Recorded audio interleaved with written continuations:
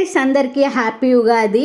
And మీ ఉగాది పచ్చడి తిన్నారా? కాకుంటే ఒక్కొక్కరు ఒక్కొక్క విధంగా ఉగాది పచ్చడి చేసుకుంటారు కదా. మేము ఎలా చేసుకుంటామో చూపిస్తాను. నాకు చిన్నప్పటి నుంచి ఉగాది పచ్చడి అంటే ఇదే తెలుసు. కాకుంటే ఈ మధ్య అందరూ అంటే ఆన్లైన్లో ఆడ చూడడం వల్ల ఇన్ని రకాల ఉగాది పచ్చళ్ళు ఉంటాయి అనిపిస్తుంది.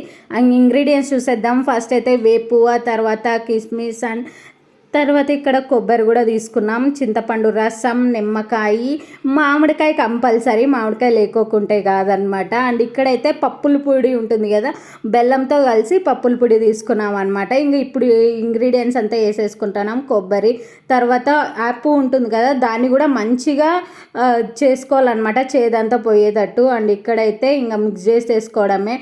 తురుముకోవాలా మామిడికాయ, పీసులు వేస్తే మంచిగా ఉండదన్నమాట.